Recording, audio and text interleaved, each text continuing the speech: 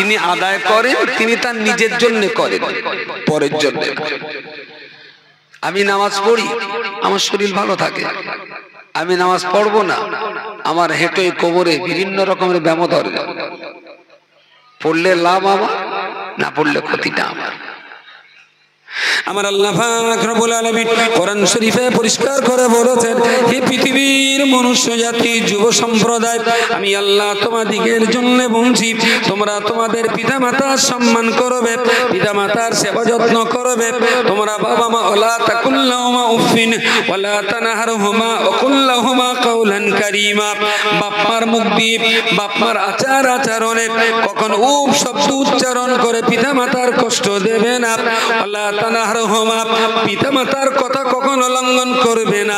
বাপ মা যেটাই বলবে পিতামাতার কথা অক্ষরে অক্ষরে মেনে চলবে। ওয়াকুল্লাহুমা কাওলান কারীমা। এই পৃথিবীর ইমানদার মুসলমানেরা, জীবনে মরণে কোনো দিনের জন্য যেন তোমার বাপ আর মায়ের মুখের উপরে আগুন তুলবে না। সন্তান মাস্টার হবে, ডাক্তার হবে, ইঞ্জিনিয়ার হবে, ব্যারিস্টার হবে, আলেম হবে, হাফেজ হবে, কারি হবে, মুফতি হবে, পীর হবে, গৌস হবে, কুতুব হবে, ওলি হবে, আবদাল হবে। তুই সন্তান যত বড় পোস্ট হোল্ড করতে পারিস কর, তোর ওই চাষি চুলোর পাশে বসে কাঠ জ্বালিয়ে রান্না করা ওই মা, ওই মায়ের পায়ের তলায় তোর বেহেশত। বলুন সুবহানাল্লাহ। সুতরাং সন্তান যত বড়ই হোক না কেন, সন্তানের ইখতিয়ার নেই বাপ মার মুখের উপরে আঙুল তোলা। দ্যাট ইজ ইসলাম। ইসলাম বলেছে কোন ছেলে মেয়ে যেন পিতা মাতার মুখের উপরে আঙুল তুলবে না। ভালো জিনিস। রাত 9টার দিকে, শীতকাল তো, ওর মা দুটো ভাত খুলে পল্টুর ডেকেছে, বল্টু ভাত খাইলে বাপ। ভাত টাত খুলে রেখে তার মাও ডাকতে, ওদিকে পল্টুর ফোনও ক্রিং করে উঠেছে। পল্টু ফোনটা ধরিয়ে দেখে, এসো এনে। খোদা, ফোনটা কানে ধরে বাড়ির বারান্দার থেকে লাফ মেরে খানা ডিঙ্গে কলা বাগানে, ও শোনা শোনা কতদিন তোমার দেখি নে। খোদা, ওর মা বলো পল্টু পল্টু করে চাঁদাচ্ছে। বল্টু তা তুই খেইলে বাপ ফোন করিস কোনি পরে? কোনো দিক খেয়াল নেই। বাড়ি রয়েছে, কালকে সকালে ফোন করো। কলা বাগানে গিয়ে প্রায় 15 মিনিট কত সোনা মধু, মনে হচ্ছে ভাঁড় পাতলি এক ভাঁড় মতো গলার। কি দরদ, কি মায়া। ওর মা সে ভাত খুলে বসিয়ে রে, আমার মধু কখন আসবে? মিনিট 15 পরে আস্তে আস্তে উঠে দেখ, তুই কমনে গেলি, কখন তে বসে রয়েছে, খ্যাঁস খ্যাঁস করিস না।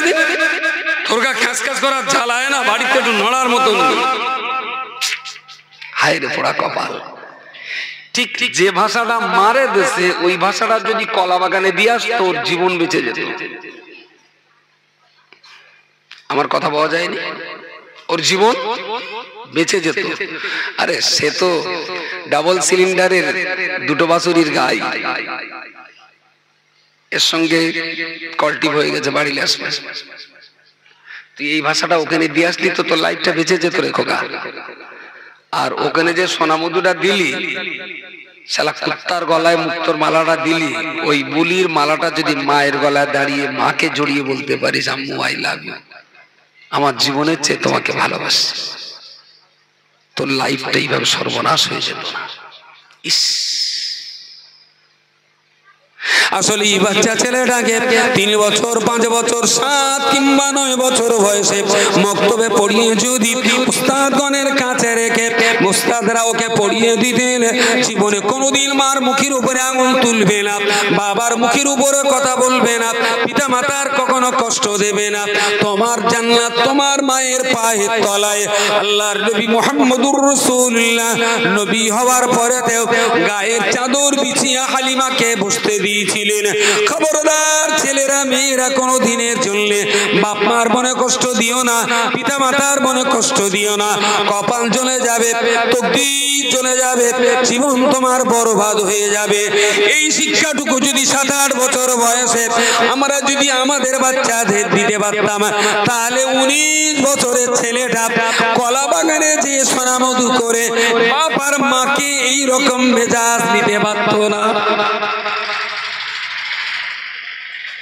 আসলে বাচ্চাদের যা যা শিক্ষা দেওয়ার বাচ্চা বয়সে আমরা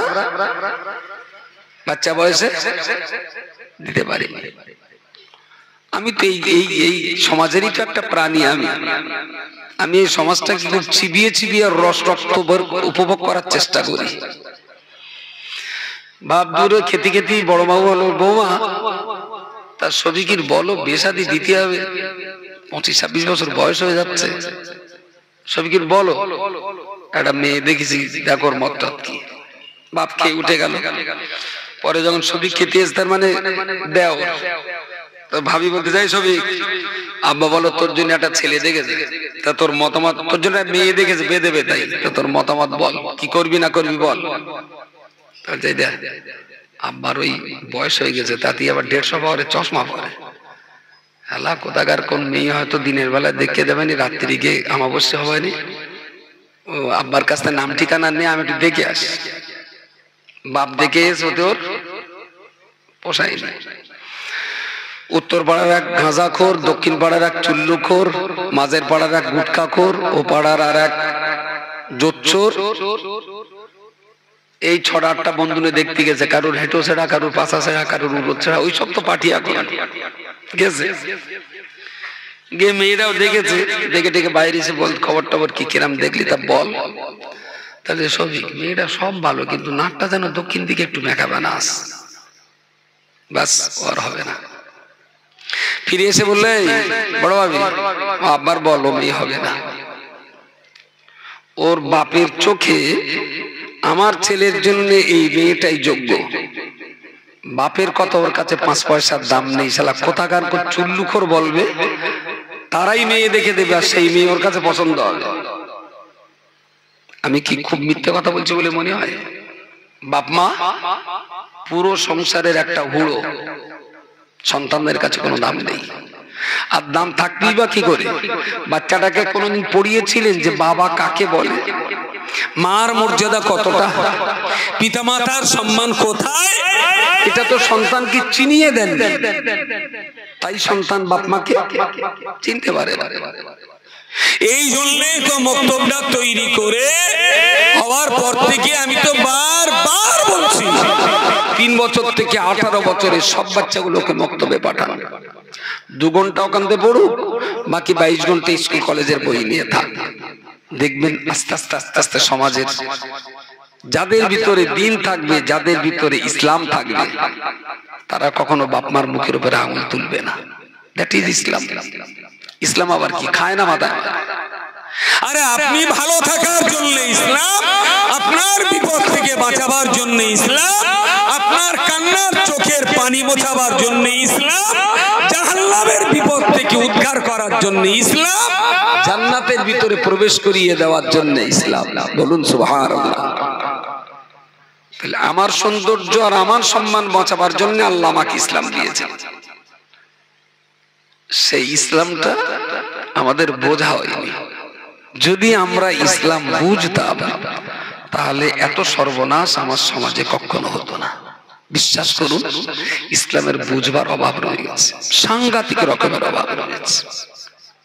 এখনো যদি পারে অন্তত দিনের ভিতরে অনলি 30 মিনিটস, 24 ঘন্টা দিন রাত 23.5 ঘন্টা সব দিকে যাক, 30টা মিনিট থাকুক ইসলাম নিয়ে, আল্লাহ, নবী, শরীয়ত, কোরআন, হাদিস, সুন্নাত, এই বিষয়গুলো নিয়ে 30 মিনিট প্রতিদিন চর্চা করব। আমার পছন্দ মতো একটা মানুষকে বেছে নেব। সে আপনার যদি আমার পছন্দ হয় ভেরি গুড, আমার সঙ্গে 8 ঘন্টা সময় দেন। পছন্দ নয় আপনার গ্রামের ইমাম পছন্দ, নো প্রবলেম, আর কাছে 8 ঘন্টা সময় দিন। যে আলেম, যে হাফিজ, যে মাওলানা, যে মুফতি আপনার পছন্দ হয় আপনি যখন ইসলামটা ভালো বোঝেন না, তাহলে ইসলাম যারা একটু বোঝে তাদের কাছ থেকে আপনাকে বুঝতে হবে।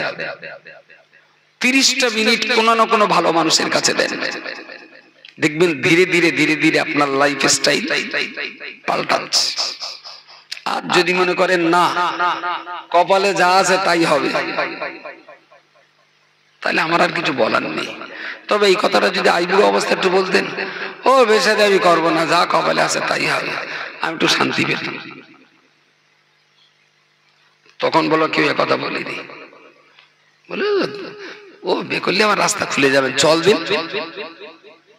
খুব রিস্ক নিয়ে সৌরি মেয়েটা ভিটে আনলো, কিন্তু চেষ্টা করলে যে জান্নাতটাও পাওয়া যায়, এইটা আর চেষ্টাটা ঠিকঠাক মতো হয়ে উঠছে না। কদিন বাঁচবেন পৃথিবীতে, কত টাকা রোজগার করবেন, কত জমির মালিক হওয়ার ইচ্ছা আছে, কিচ্ছু তো আনেননি সঙ্গে করে।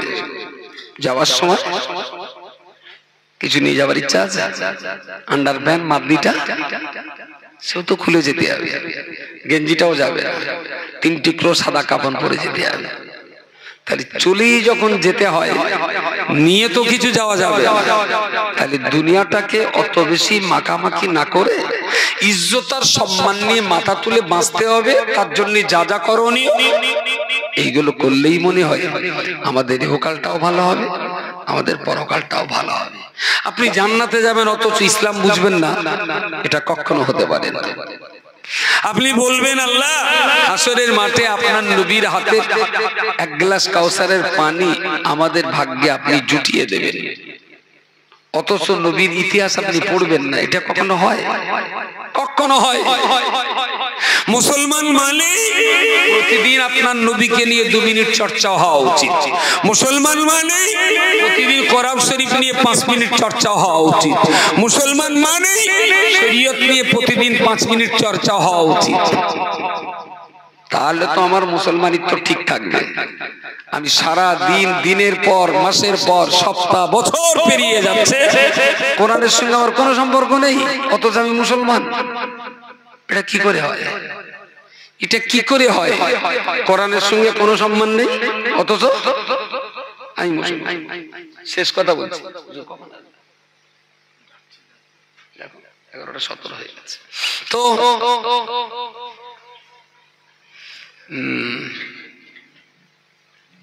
একটা লোক 2-3 বন্ধু মিলে এবার একটু বোম্বে গেছে। অনেক দিন টাকা পয়সা জোগাড় করে গেছে বোম্বে। এখন তাদের ইচ্ছা একটু সাগর দেখতে, আর বোম্বের সাগরের ধারে যে বাড়িগুলো ওর ভাড়া কম বেশি, যত উপরে তত ভাড়া বেশি। 10 তলা, 20 তলা, 30 তলা, 40-50 তলা করে আছে সাগরের পাড়ে, আর উপরে উঠলে গোটা সাগরটা দেখা যায়, ভীষণ ভালো লাগে। বাড়ি ভাড়া করতে গেছে, তা বলছে ভাই আমাদের বাড়িটা তো 60 তলা, আমাদের সিঁড়ি এখন একটু খারাপ, এই আপনার ওই লিফট খারাপ আছে, তো সেই জন্য আমরা এখন উপরে ভাড়া দিচ্ছি। আমরা 5 তলা পর্যন্ত ভাড়া দিচ্ছি, সিঁড়ি দিয়ে উঠতে হবে, ওর উপরে আর লোক সিঁড়ি দিয়ে ওঠে না। বলছে না, আমরা সেই বাংলা থেকে কলকাতা থেকে এসেছি, আমরা এই কতলা বিল্ডিং, তাহলে 59 তলা, তাহলে আমরা 59 তলায় থাকবো। তা বলছে আমাদের লিফট কিন্তু খারাপ আছে একটু। তা বলছে লিফট খারাপ হলেও কবে আবার সারাই হবে, আর জীবনে যখন এসেই গেছি কষ্ট সৃষ্ট করে এক বেলা না লাগবে, আস্তে আস্তে উঠবো। যথারীতি 59 তলার ভাড়া নিয়ে চাবি টাবি সব দিয়ে দিয়েছে, ওই আপনার রিসিপশনে রেখে দিল। ওরা 3 জন মোটামুটি এবারে বিরাট আনন্দ। 59 তলা উপরে উঠলে আরব সাগরের জাহাজ টাজ দেখা যাবে অনেক দূর, দারুণ ভালো লাগবে। উঠছে, এখন 4-5 তলা, 6 তলা, 8 তলা, 10 তলা উঠে হেঁটো লেগে যাচ্ছে। তো মজা তো হবে, কিন্তু উঠতে উঠতেই তো মজা বেরিয়ে যাবে। তাহলে দেখ, ভাড়া যখন নিয়েছি 59 তলায়, আজ হোক আর কাল হোক আস্তে আস্তে আস্তে আস্তে আমরা উঠবো, তা ধীরে সুস্থে উঠবো। 1 তলা করে উঠবো, আবার একটু বিশ্রাম নেবো 5 মিনিট। এইভাবে মোটামুটি ওরা 30-40 তলা পর্যন্ত উঠে গেছে। সময় লাগছে, ধীরে ধীরে উঠেছে। তারপরে আর হয় না, তা তিন বন্ধু বসে বলছে এক কাজ কর, এই গাল বন্ধ করে উঠে না, কষ্ট বেশি হচ্ছে, একটু রসের গল্প বল দিন, কেউ একটা ভালো ভালো রসের গল্প, ওই গল্প শুনবো আর ওই রসে রসে ওটা। একজন গল্প ধরেছে, তা এও রসের গল্প বলছে, হাসিও হচ্ছে, ইয়ার কিও হচ্ছে, আর ওটা আমার সে গল্প না, গলা শুকিয়ে যাচ্ছে আর মনে হচ্ছে না, তুই একটু বল। এই বলতে বলতে বলতে বলতে মোটামুটি ওরা সকাল 8টার সময় রিসেপশন থেকে বেলা 3টের দিকে ওরা 59 তলায় উঠে পড়েছে। কষ্ট হয়েছে, যেহেতু ভাড়া নিয়েছে একটু মজা করবো, তা উঠেই পড়েছে 59 তলা। বলছে তা সে চাবি দে, তা বলছে শোনো, আমরা যেখানে এসছি তুমিও গল্প করেছো, আমিও গল্প করেছি, ও গল্প করেছে, অনেক কষ্ট করে এখানে এসছি, কিন্তু খুবই পোড়া কপাল, দুর্ভাগ্যজনক, কিছু মনে করো না। সে আনন্দের চোটে ও যখন চাবিটা দেখলো, চাবিটা আমার লয়, চাবিটা সে রিসিপশনে রয়ে গেছে। এরা দুটো তো তখন খুন করতে যাচ্ছে, এরা কত কষ্ট করে আসলুম এই রাস্তা, তুই চাবি ফেলে আসলি। তাহলে দেখ ভাই, ভুল হয়ে গেছে, তার কি করা যাবে, আমার তো মেরে ফেলে দে, তুই চাবি তো পাবি না, কি হবে? তাহলে এই বারান্দায় দাঁড়িয়ে একটু সাগর দেখ, ঘরে আর শুতে হবে না, কিছু করার নেই। ভাড়া নিয়ে নেওয়া ছিল, এসি ঘর, খাট আছে, তোষক আছে, তার ভেতরে আয়রন আছে, সুইচ টিপলি খাবার চলে আসবে, কত রকমের বাহানা আছে। চাবি না থাকার কারণে বারান্দায় থাকতে হলো। প্রিয় শ্রোতা মণ্ডলী, এ কথা বলার উদ্দেশ্য আমার অন্য জায়গায়। আল্লাহ পাক রব্বুল আলামিন আপনার সৌন্দর্য দিয়েছেন পৃথিবীর অন্যতম শ্রেষ্ঠ। আল্লাহ পাক রব্বুল আলামিন আপনার সম্মান দিয়েছেন সর্বশ্রেষ্ঠ। রব্বুল আলামিন কোরআনের ভিতরে বলেছেন, আদখুলি ফি ইবাদি, এই পৃথিবীর মনুষ্য জাতি দুনিয়াতে যদি আমার হুকুমের গোলামি করতে পারো, আদখুলি জান্নাতি, আমি আল্লাহ তোমাদিগকে আমার দয়ার জান্নাতে প্রবেশ করিয়ে দেব। জোরে সরে বলুন সুবহানাল্লাহ। সত্যি মুসলমানের বাচ্চা, আপনি লিখে রাখুন, আল্লাহ পাকের শাহী দরবারে আপনার জন্য 59 তলা বাড়ি কিন্তু আল্লাহ দিয়েছেন।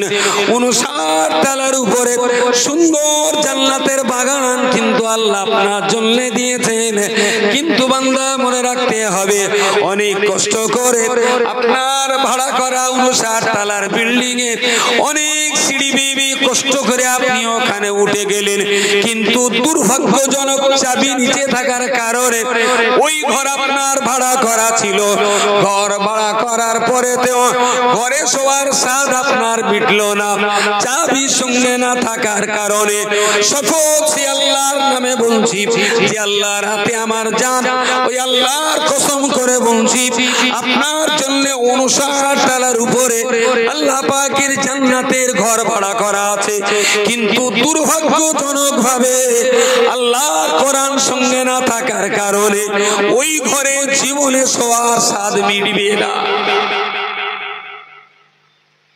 ওরে ও চাবি তো কোরআন শরীফ, মুখ ধুলোবান হয়ে যাচ্ছে না চাচাই বারে, মুখ কালো করার তো কোনো কারণ নেই। তো জান্নাতে যাবেন অথচ কোরআন পড়বেন না, এটা কাজের কথা হলো? যে জান্নাতটা আল্লাহর আর যে কোরআনটা আল্লাহর কালাম, জান্নাতে যাব কিন্তু আল্লাহর কালাম কোরআন নেব না, ই কখনো হয়? ও তো গ্রামের কিছু কিছু ছোট লোক আছে, তারাই করে। বউ পছন্দ হচ্ছে না, শালি বিরাট পছন্দ হয়। সৌর যদি মদ্দালক হয়, ঝেটকে মাথার কাঠ খুলে দেবে, বল যে ডালিছে ওই চালে চুপ কর, নিচের দিকে হাত বাড়াইস না। আর যদি সৌর নির্লজ্জ বেহায়া হয়, তাহলে বড্ডা কেটে নিয়ে আবার মেঝেটা দেবে। আল্লাহ জান্নাতে যাবে বান্দা, কিন্তু আল্লাহর কোরআন 60, 70, 80, 100 বয়স যাই হোক না কেন, যদি মনে হয় জান্নাতে যাব বা আল্লাহর দয়া যদি জান্নাতে যাওয়ার ইচ্ছা তো সবারই আছে, যদি ইচ্ছাটা থাকে কোরআনটাই বুড়ো বয়সে পড়ুন। আলিফ বে তে সে জিম রে খে প্রতিদিন 4টে করে অক্ষর পড়ুন, অনলি 4 লেটার্স। বক্তব্য চলছে তো নাকি? বক্তব্য কত বাচ্চা পড়ছে এখন? 64 জন। বাহ। মায়েদের ক্লাস কেন? 1 বছর হয়ে গেল মায়েদের ক্লাস হয়নি কেন? আর বৃদ্ধ মানুষদের ক্লাস, বয়স্ক লোকের ক্লাস? তাহলে জান্নাতে তোমরা একা যাওয়ার বুড়ো করা জাহান্নামে থাকবে। কাজটা ভালো করো নি। ইমিডিয়েট দুপুর 2টো থেকে 4টে মায়েদের ক্লাসটা খোলা হোক, আর মাগরিব থেকে ঈশা মুরব্বী মানুষদের ক্লাসটা খোলা হোক। 4টে করে অক্ষর পড়বেন প্রতিদিন, আলিফ বে তে সে, আলিফ বে তে সে, আলিফ বে তে সে, প্রতিদিন 4টে করে অক্ষর পড়বেন। আসসালামু আলাইকুম। অনায়াসেই 6 মাসের ভিতরে কোরআন শিখে যাবে ইনশাআল্লাহ। মোটেই